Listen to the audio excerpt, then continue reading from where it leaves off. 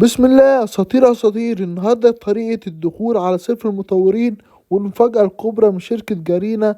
كل اللي هيدخل على سيرفر المطورين هياخد هدايا نادرة على حسابه الرئيسي يا جدعان، وكمان اضافات خيالية زي شخصية جديدة وجمل في لعبة فري فاير يا جدعان. الطريقة سهلة جدا، هتروح على اي متصفح وتكتب في البحث فري فاير ادفانس، واول خيار يجيلك هتضغط عليه وتظهر لك بالواجهة اللي انت شايفها قدامك دي، وبعدها تختار التسجيل بجوجل او فيسبوك. وانا اختار بجوجل وهخش باي جيميل يكون سجلت بيه على اللعبة وليس الجيميل بتاع حسابك الرئيسي، وهتلاقيه يسجل معاك كده.